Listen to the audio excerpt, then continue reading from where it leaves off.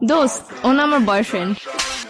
তোর বয়ফ্রেন্ড মানে রাস্তাতে একটা পোলা দইরা লয়ে আমার কবি এটা তোর বয়ফ্রেন্ড আমি মাইনা লমু তারপর তো করে মিলাই দিয়ে আমি চোখের পানি মুছতে মুছতে জামুগা পিছনে একটা ব্যাকগ্রাউন্ড মিউজিক বাজবো বেস্ট ফ্রেন্ড হইছি দেখে কি মনের কথা কইতে পারি না দেখে তোর আড়াই ফেলামু কি মনে করছস বাংলা নাটক পাইছস এটা হয় তোর লাগে কেমনে কানেক্ট হইছে আমার ক্লিয়ার কর। এক সপ্তাহ ফেসবুকে রিলেশন।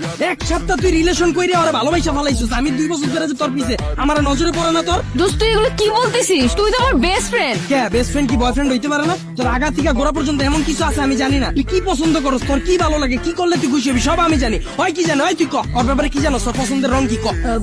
পছন্দের রং ভাই জানি না। জানোস না ওর কি খাইতে ভালো লাগে ক। কি কখনো জিগাই নেই তো। এক সপ্তাহ কথা কয়া তুই এই পোলার প্রেমে পড়ে গেছিস। আমি যে 2 বছর ধরে তোর পিছনে বান্দির মতো খাটলাম এটার কোনো দাম নাই। দিন রাত 24 ঘন্টা তোর সময় দিছি। তোর কি ভালো লাগে, কি করলে তুই খুশি হবি, এত কিছু কইরাও তোর মন পাইলাম না কে। দুইটা রে ভাই ভাই ভাই ভাই তুই কি ভাবছিস রাস্তাতে একটা পোলার আইন না আমার পরিচয় করায় দিতাছস।